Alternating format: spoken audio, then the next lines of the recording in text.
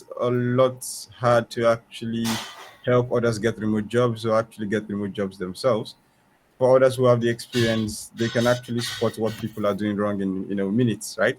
So if I look at your resume, for instance, I'm able to tell you what you are doing wrong in seconds without having to actually review it for a long time. So basically, I think it takes that experience, it takes the knowledge, of course, to actually become a remote enabler. That's an interesting question, by the way.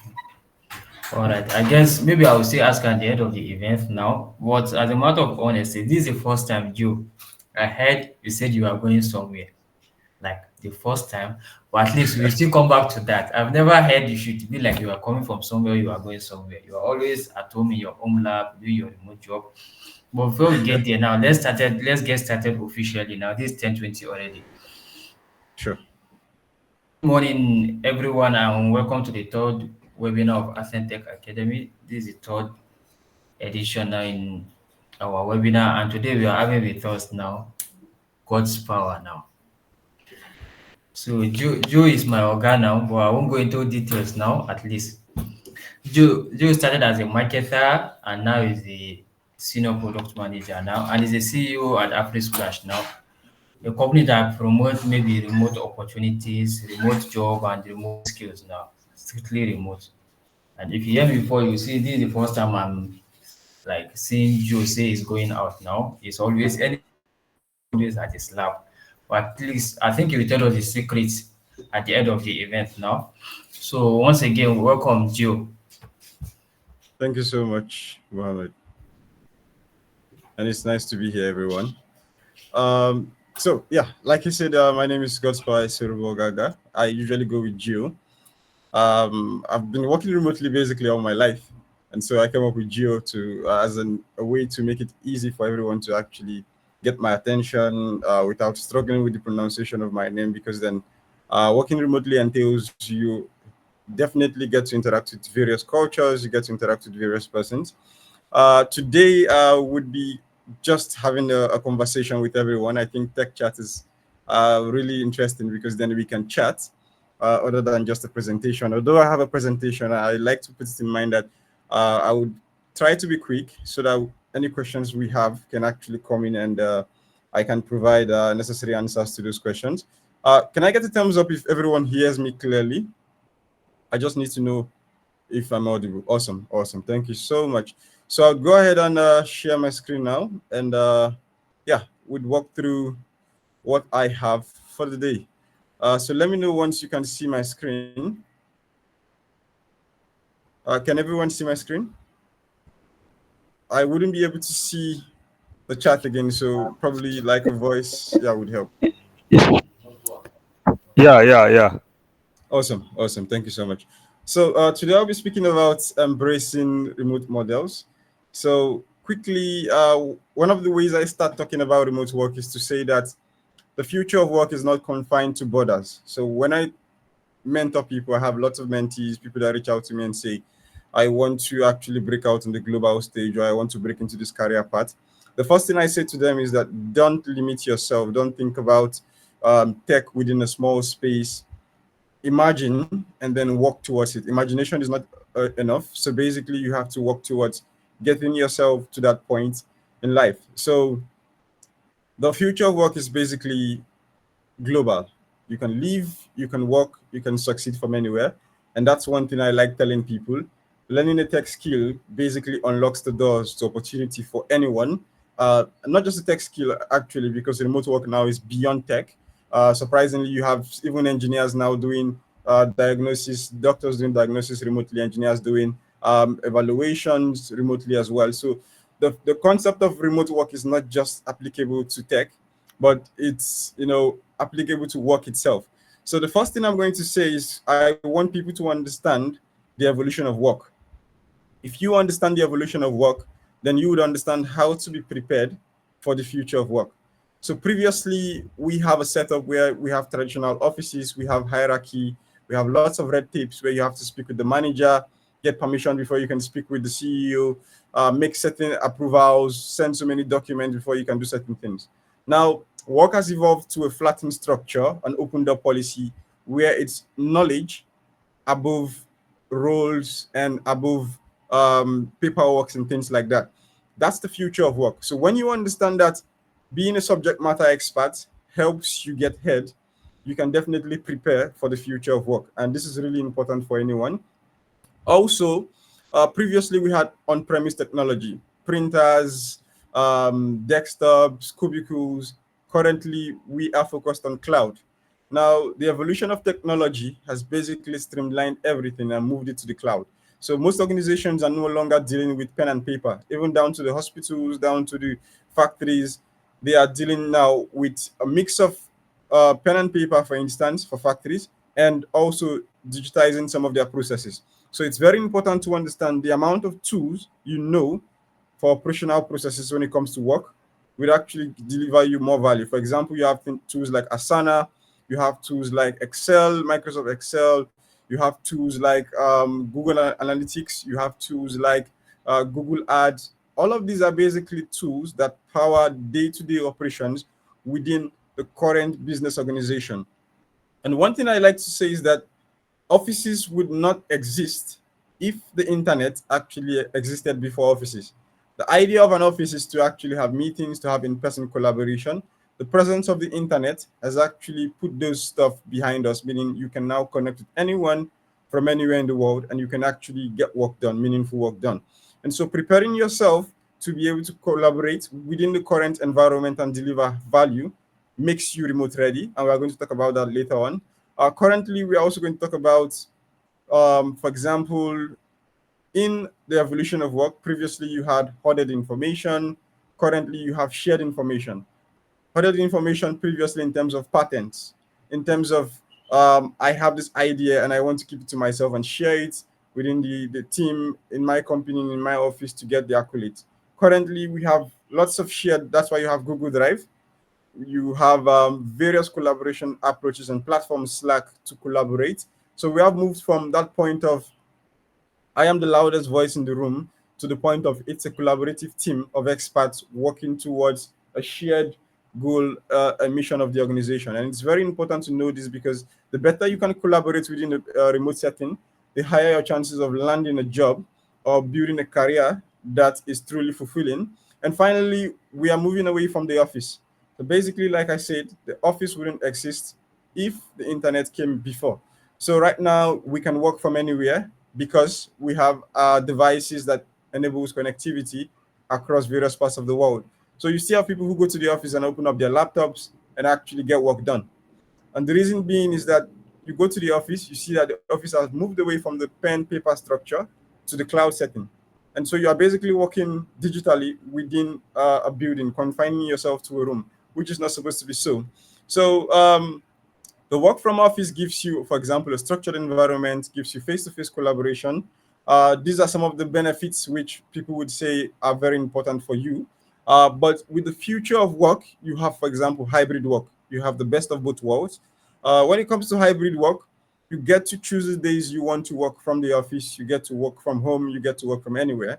You have reduced commutes. For those living in Lagos, you know how terrible it is uh, spending time in traffic trying to get to your office and then getting there tired, trying to get some work done, and at the end of the day, still have to think about how you want to go back home through the same traffic. Now it's a mess for people, and that's why talents of the future would actually prepare themselves to be remote ready to avoid such issues and actually have the best of both worlds in terms of some days I want to meet my teammates, some days I want to work remotely. This is a possibility with hybrid work, and this is another model of remote work.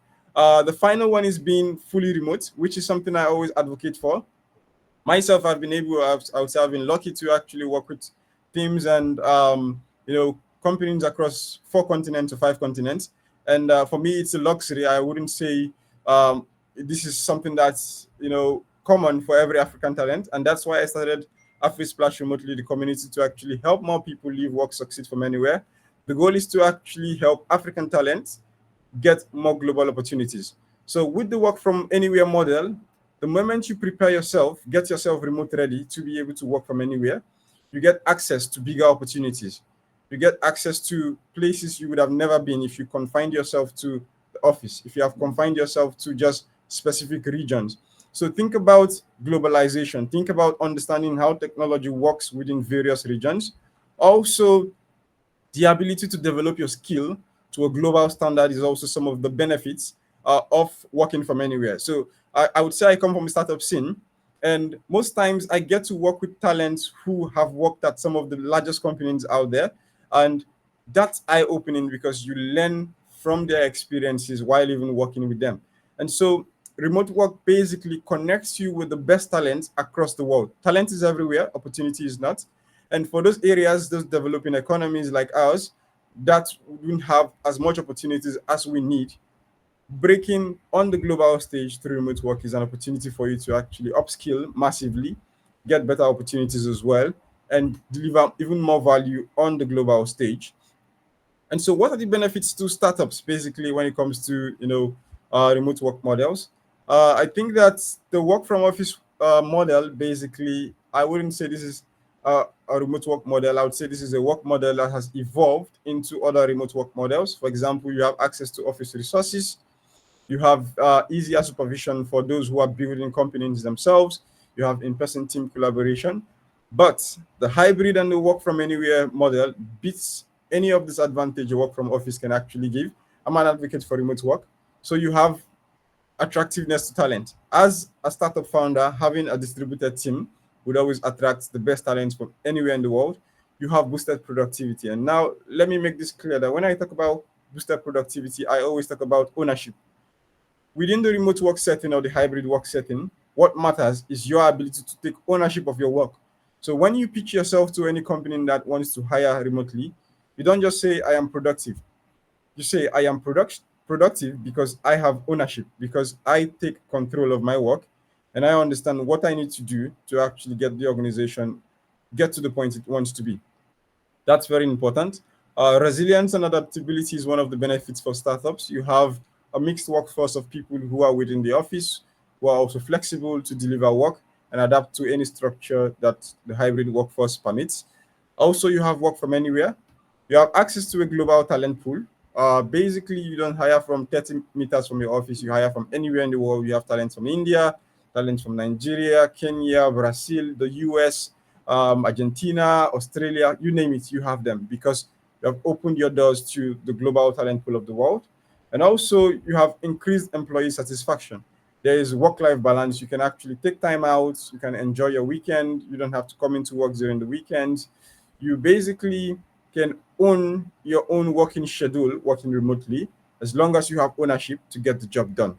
There are no fixed times to actually say I must work 9 to 5 in some organizations. Some organizations still stick to that, but some give you that flexibility to actually choose your working hours and then deliver value at the end of the day. And finally, you have global and environmental impact, which is really important as well. The global impact is that you are sending out global solutions through a global team. And there are so many more benefits. In regards to these remote work models, there are so many challenges and opportunities. Talent development is a challenge for talents living, for example, within Africa. When you want to break out there on the global stage, one way to do that, one opportunity is an opportunity for mentorship. So reach out to the relevant persons who have experience working on the global stage, pitch yourself, and show the value in you. And how do you do that? Is by doing the work, by doing the work. So you need to do something and then show someone who has that experience. Don't just go empty handed and say, hey, I need you to mentor me. It's not going to work. They wouldn't see you as investable of their time. So you need to do the work before you go to them and say, hey, I have this need for this guidance. I want you to actually walk me through this. Also, people always say the company culture within a remote workspace is bad. That's not true. You can always connect to people. Remote work doesn't equate work from home. Remote work equates work from anywhere. You can have team retreats, you can work from a cafe, you can work from a co-working space, you can network while you do so. So networking is another opportunity. And people who say remote work is basically work from home get stuck within that cubicle again within their households because they don't want to go out to meet new people to actually network. Another challenge is communication and collaboration. I know people always talk about the challenge with the internet. You can have a great setup, you can have It doesn't have to be all at once. It doesn't have to be fancy. Start small and then grow. As you grow, you see that the ability to get the best workspace you need is becoming as easy as you want it to be. And then finding opportunities as well. I think this is really important for me because then when you say as an African talent, I'm not able to get jobs outside, the truth is that that's a reality. But when you listen to those who have done this several times, time over time, you make it easier because you learn from their mistakes and you don't have to make the same mistakes they make. So, as much as possible, connect with thought leaders within the remote workspace, connect with industry leaders who are working globally, and let them guide you through the ropes. That's the best way to actually get there quickly. Because with mentorship and guidance, you can actually achieve some of these things. The other challenge is IP security, working remotely in the cloud. People want to understand also your sense of security. How well can you secure intellectual property while working remotely? Invest in your cybersecurity knowledge. Now, this can actually put you ahead of others when it comes to an interview stage, just because you have an understanding of cybersecurity, just because you understand how to keep intellectual property safe. And so some of these tiny details would actually matter on the global stage, and you need to understand how to leverage them for yourself positively. So I'm going to talk about remote readiness for the future. I know I'm kind of rushing through it, but I want to keep time for questions as well. Remote readiness for the future of work. What do you need to do? What step do you need to actually follow? So I would focus mainly on the global talent aspect. The first thing you need to do is to access your skills and identify gaps. By accessing your skills, you understand where do I want to go, what skills do I have to take me there, and what is missing? What do I need to learn now? So, for example, I want to become a product marketing manager. Currently, I'm a social media marketer. This is just an example. And I understand social media marketing, but I want to become a product marketing manager who handles a holistic point of marketing. I need to understand beyond just the Facebook marketing, TikTok, all of those. I need to understand, for example, SEO. I need to understand go to market. I need to understand product positioning before I can actually transition. So identify the gaps. What do you need to actually get to the next level? Invest in technology and equipment. This is something I've just said. No matter how small it is, focus on reliability and not flashy. It doesn't have to be fancy. Focus on getting the right equipment, and with time, you will have the fanciest workspace you need because you are focused on the right stuff, which is reliability to deliver the best work possible.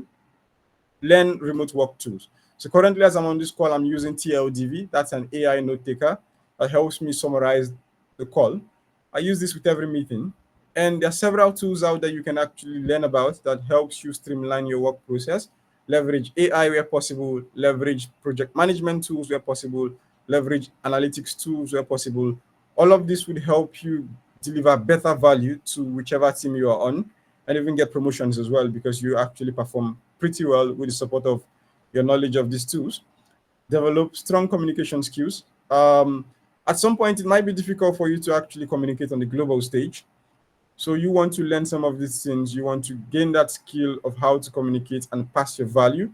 Keep things short, keep things concise, keep things clear, and always have a why behind certain decisions you take.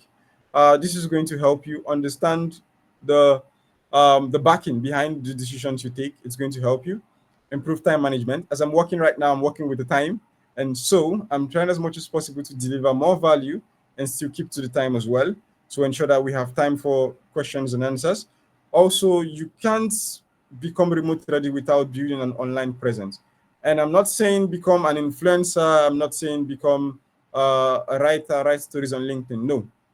Building an online presence means doing the work and then sharing your experience of doing the work, sharing your journey. I want to become a designer, replicate designs, create mock-ups, and then share your experience, the challenges you faced doing that. I want to become a developer, share those code, talk about the issues you faced. I want to become a marketer, try new projects, share your findings with those new projects, try to build out, for example, a YouTube channel, try to build out a TikTok following. That is real world experience that's valuable beyond the stories you can share on LinkedIn, on Twitter.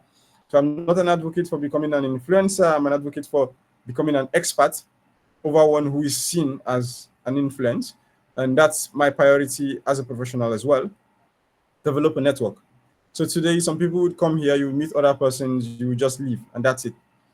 You want to share your LinkedIn, you want to connect with not just me, with other persons on the call here, because you never know. You can come together to build things. So I've been on cohorts, I've been on training programs with persons that were now, I would say, senior PMs or founders. We all met as newbies, we all met as novice. And together we formed things, we built things. The idea is connecting with anyone, irrespective of who they are, where they are, and find synergies, find where you can collaborate, collaboration over competition, because then if you want to go far, you have to go with other people and not go alone. And so you want to learn about the global work cultures that are there. In the US, it's different. In the UK or Europe, it's different. In Africa, it's different. Learn about these work cultures, read about them. You would see materials online, search about them, and understand how well to position yourself. And once you have done that, seek remote work opportunities. So on this slide, I have like a list of opportunities, documents, communities you can join. So I'll share that with the organizer and you share that with everyone later down the line. This is a resource that can help each and every one of us connect. When it comes to the future of work, there are so many characteristics and so many players. For example, when it comes to training, we have the Ascent Tech Hub here, enabling lots of talents become remote ready, become, ready for the future of work, get tech skills that are relevant for building for the future. We also have ALX, which is a notable mention when it comes to training. When it comes to making remote work possible, we have what they call an EOR or a PEO. So most people who say, I don't have a chance of actually getting a job on the global stage, that's totally wrong. And that's because we now have an employer of record or a professional employer organization that streamlines uh, hiring across borders. So with a company like Remote, a company who has decided to go fully remote can hire from any part of the world. And with a company like Deal as well, hiring across various parts of the world is now possible. So even if you don't get a job today, becoming remote ready already guarantees you an opportunity in the next 2 years. So most times I say it's not about the rush. It's a journey. It's a process. So currently where I am, I wasn't there 2 years ago. And where I was 2 years ago, I wasn't there 3 years or 4 years ago. So it's a journey. Enjoy the process, walk through it gradually, and it's going to be what's at the end because you have actually taken time to do the work. In terms of opportunities, I've linked a lot of resources here, which I will be sharing. They contain job boards, remote work communities, certifications for being remote ready, which is also important, and a list of companies that hire across various parts of the world, especially Africa as well. So in terms of job boards, you have my startup there, AfriSplash Remotely. We will be launching a new platform soon, and African talents are able to actually get opportunities on that platform. You also have a notable mention, inclusively remote, for women in tech, for diverse talents. You have opportunities for everyone, remote opportunities that are truly inclusive of you. And that's why that's a very notable mention, because the idea of including everyone, including Africans, makes a lot of difference. And that's the whole vision of the future of work, where we can collaborate without borders. And finally, I'm going to speak about the future trends. So if you don't understand what artificial intelligence is and how to leverage that for automation, you would want to start doing that today after this call. The idea is that in the future of work, we are going to prioritize expert judgment, expert knowledge over repetitive tasks. So because I say repetitive tasks, AI can now do data entry. AI can do a lot of repetitive things that you just need to look into it and manually input. AI can actually generate code, but it's not going to replace developers, to be honest, because then you have to be a thinker to even code.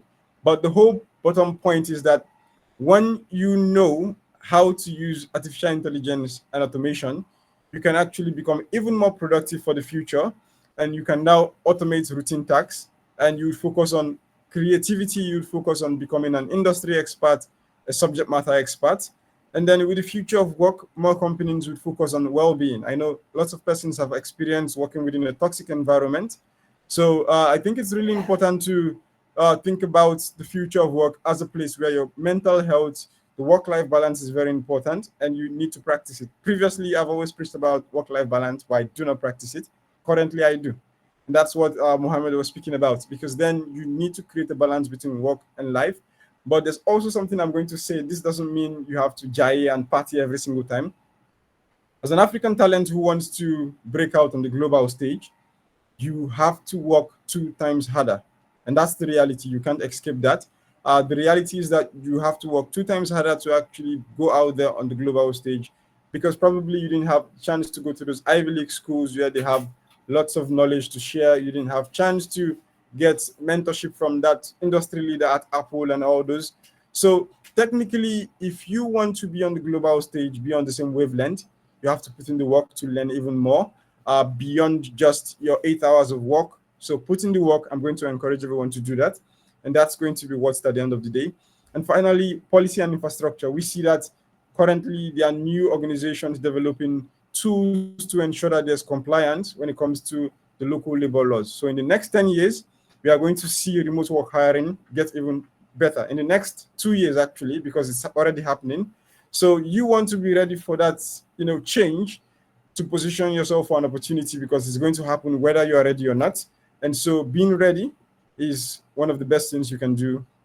So I think in a nutshell, this is my talk on remote work models. I know it's pretty quick, but this would give you insights. So I'm just going to open up the floor to questions, concerns about this, what we have discussed, and I would love to hear from everyone around. Questions. Thank you so much.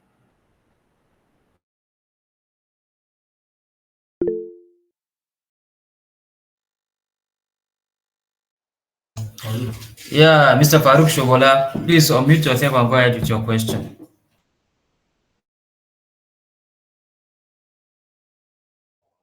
All right. Thank you for the talk. That was awesome. So my question goes thus. It says, can you recommend like specific tools or platform that enhance collaboration and communication in remote setting, remote work setting? Yeah. So Slack is a tool. I use Slack. I'm on over 100 plus communities on Slack. I'm big on community. In terms of collaboration, it doesn't necessarily mean work collaboration alone. So I have lots of tech communities on Slack. Like I said, over 115 or so. I can't remember now. But that's a lot of communities if you ask me.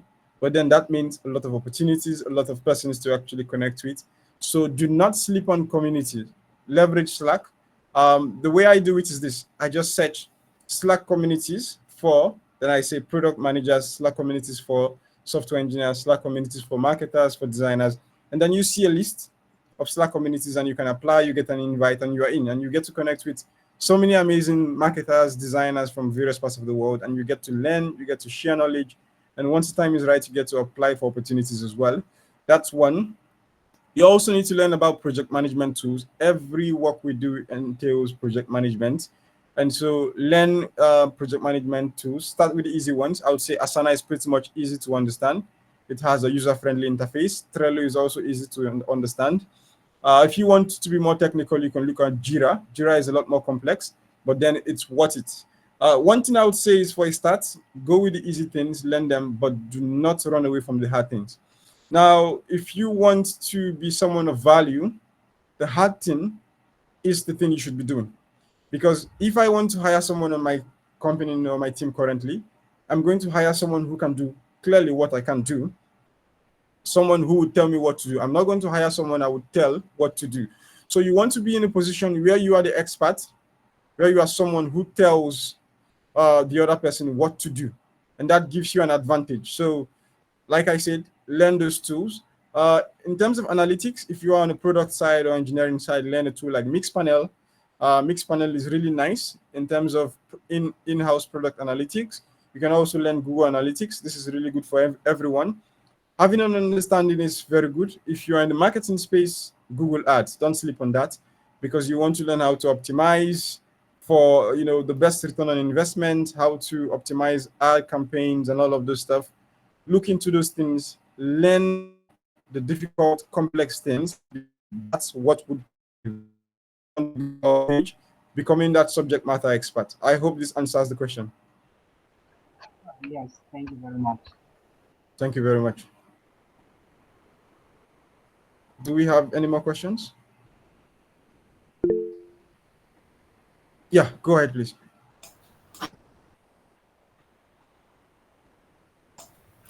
Yeah, Mr. Fizol, please go ahead.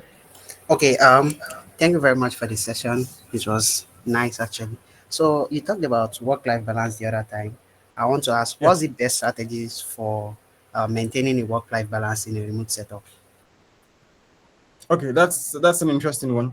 Uh, so before I talk about work life balance, I always talk about ownership, right?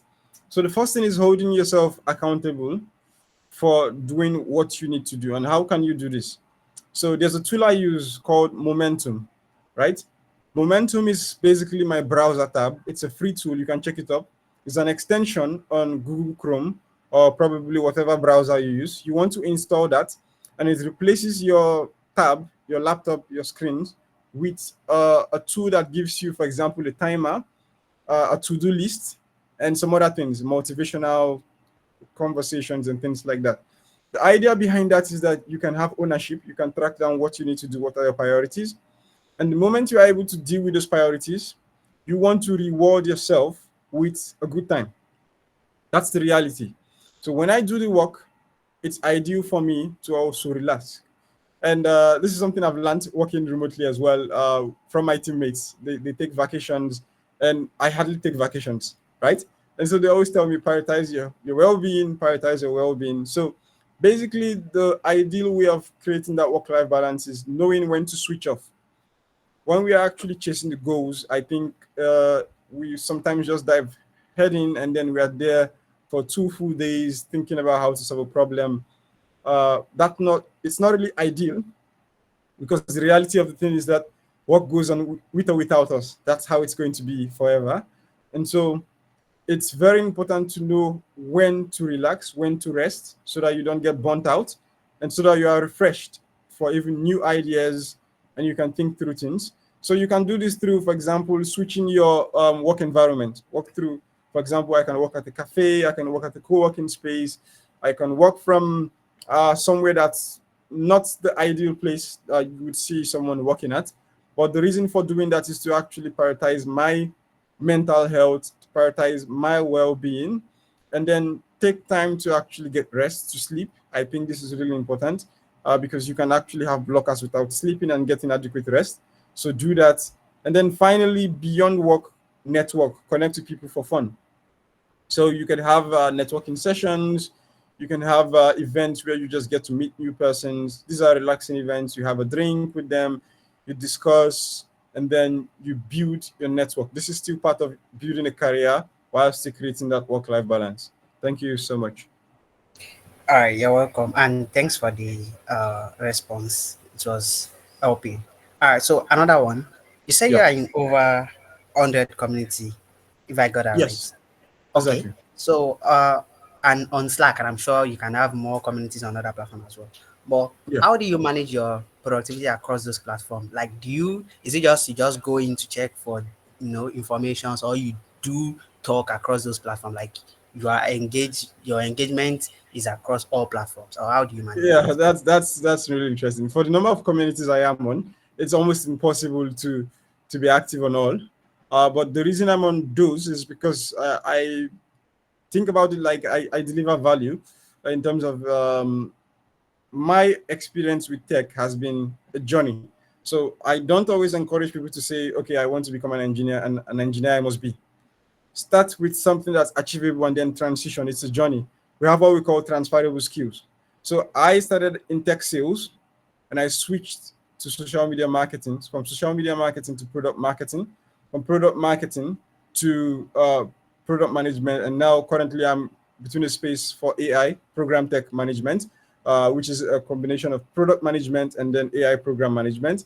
And probably in the future, I actually know how to write a bit of code right now. Probably in the future, I might look at some engineering role. So the way I see it, it's a journey, but then I identify a path, identify transferable skills. So over time, I've been in several communities that were relevant to my career objectives over time. As a product marketing manager, I've been in the Product Marketing Alliance, which is one of the Slack communities. And that's where I actually took a course as one of the 25 Africans to be sponsored for the PMA Scholar Program, which is like a product marketing program. So the whole idea is look for the gaps understand the skills you need, and then identify the relevant communities that would actually help you close down those gaps. And that's how you identify a community. So don't just join everything and anything, right? So identify your skills. What do I need to get to the next level? And then identify the relevant network and support that can actually get you there. All right, thank you very much for that. You're welcome. All right. Over to you, Mohammed. Thank you Yeah. so much. All right, Joe, it's been a wonderful time and it's good having you here now. And I'm just hoping now we would love to have you back on the program. I hope maybe next time we invite you. We'll be having Sure. another session with you. I hope you will be available now. Definitely. And please, if you are coming for another session now, you have to come without your chair now. You know, we had agreement last time. It's been a year now, so you are going to give me that chair, Joe. Sure. I'll bring one for you. All right, all right. So while the session was going on, there was a part you mentioned about TOR and PEO. I don't know if you remember when you were Yeah. mentioning Yeah. about your board. Please, An can employee of you record. explain? Okay, please, can you more details on that for us who Sure. are layman now? So, for example, I have skills, right? And I pitch a company in the US to say, I need you to hire me for this role. And then they tell you, sorry, because of your location, we can't hire you, right? Um, because of your location. Now, some people might have experienced this. And give me a minute. And this might be like something that challenges some talents to say, okay, because I'm in Nigeria, no one wants to hire me. So, understanding what an employee of record is and a professional employer organization is would help you pitch your value even better.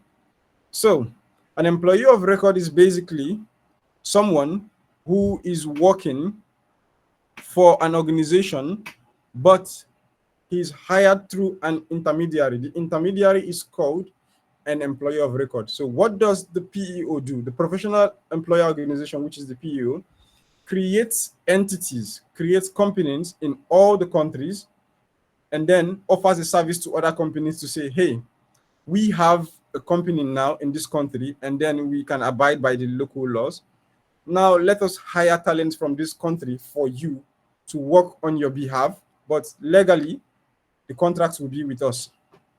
So, a company like Deal has a presence in Nigeria, but then they also have a presence in 195 countries. So, you as a tech talent, all you need to do is get the skill, become an expert, and then when a company says, sorry, we can't hire you because this, you tell them, is there a possibility of working as an independent contractor with you? An independent contractor means you don't work as a full-time employee within the US because every country protects its citizens by making sure that the local labor laws presents those opportunities to their citizens. Now, that's how it is legally, but also with most of these countries, there's talent shortage, meaning they need to find even more talent outside. And that's why you see Indians getting opportunities in the US because they have the tech skills, and then they're exporting that skill to other parts of the world, right? And so it's very, very important to actually understand the concept of being an independent contractor. You might not have things like, for example, your pension contribution, you might not have to pay tax to the US, but you handle all those things individually on your own. The most important thing is that you understand that you can be hired through an intermediary. And once you say that to for example, a HRO or a team, and they're convinced of your knowledge and your skill, they can always make that move to say, okay, let's find the right EOR to actually engage you with. And then they compliantly hire you and make sure that you're an independent contractor, or they offer you a visa, which is very hard to come by. So the idea is that you're either given a visa or you either become an independent contractor. And if you want to work from Nigeria in any part of the world, you have to work as an independent contractor, except that company has basically an entity within the Nigerian setup. An entity means they are registered, they have their Corporate Affairs Commission registration as a company within Nigeria, and they can hire you and pay you as their staff in Nigeria. If they don't have that, they have to work with an EOR who has already registered on their behalf, and then you sign a contract with the EOR, and the EOR now gets you to work on behalf of that company through the contract you have signed with them. Does this help for the explanation?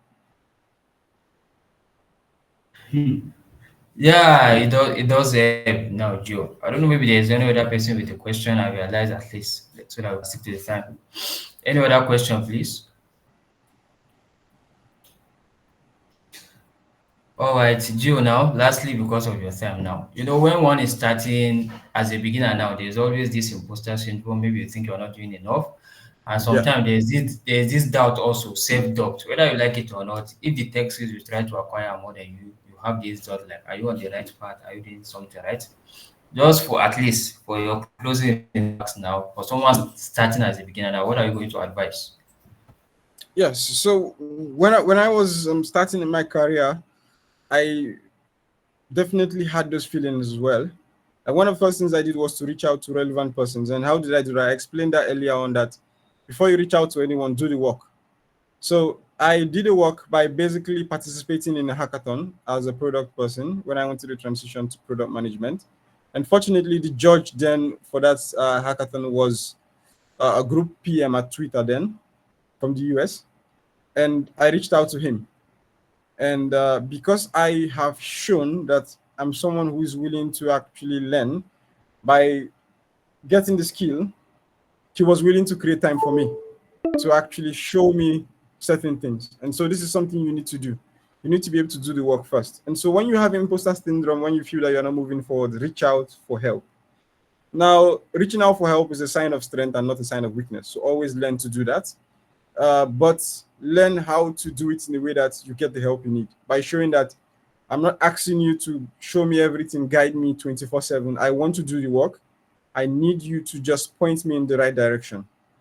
And you can do that by showing something you have already started. If you come to me empty-handed, I receive lots of LinkedIn, DMs to say, "Hey, can you mentor me?" And I just look at it and I move on.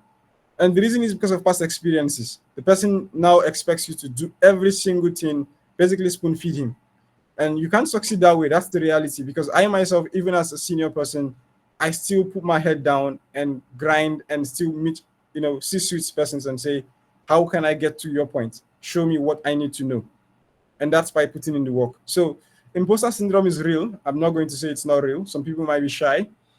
You don't need to post every single time if that's a challenge. Just learn how to solve problems. That's going to help.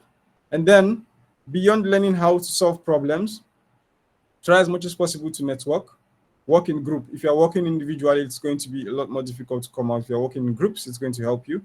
Identify a group, identify an accountability partner, work with him, talk to him. It's going to improve your communication skill over time, and then you'll be able to actually positively deliver value. And I hope this helps. Thank you. Over to you, Mohammed. All right. Thank you very much, Joe, for your time. And we really appreciate those insights now. And we try our best at least maybe to live locally and work globally. And more so, maybe to stay hungry and maybe Yeah, live humble, right? exactly. Yeah. I think All we right. have someone's hand, Shubola, before we wrap up quickly. All right. Aisha Shubola, please, your question.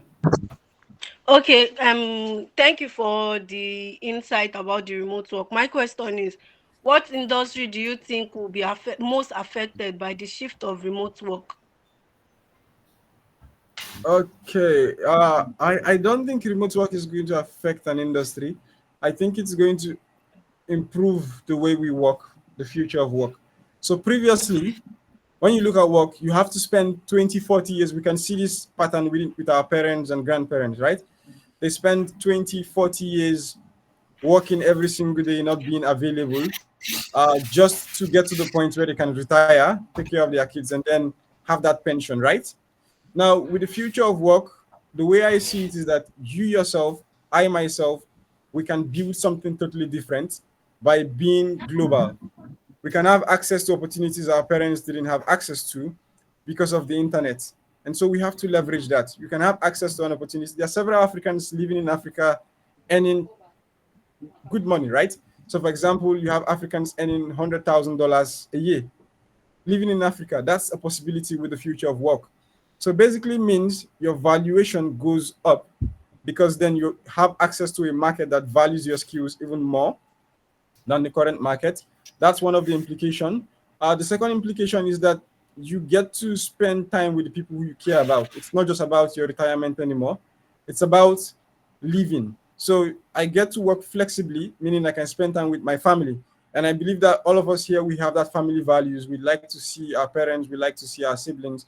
We get to spend more time with them because we are not stuck in the office, we are not stuck in traffic, 24/7, and we are not traveling for, so many work conversations and everything. So I think that this is the implication of the future of work. It's a better work life for you. It's a better career opportunity for you, and it's a way for you to actually achieve all you want while still keeping that balance of family as well. So yeah, that's going to be my answer. Okay, thank you. Thank you for the answer. Thank you. Thank you so much. Thanks everyone, and yeah, over to you, Mohammed, to wrap up.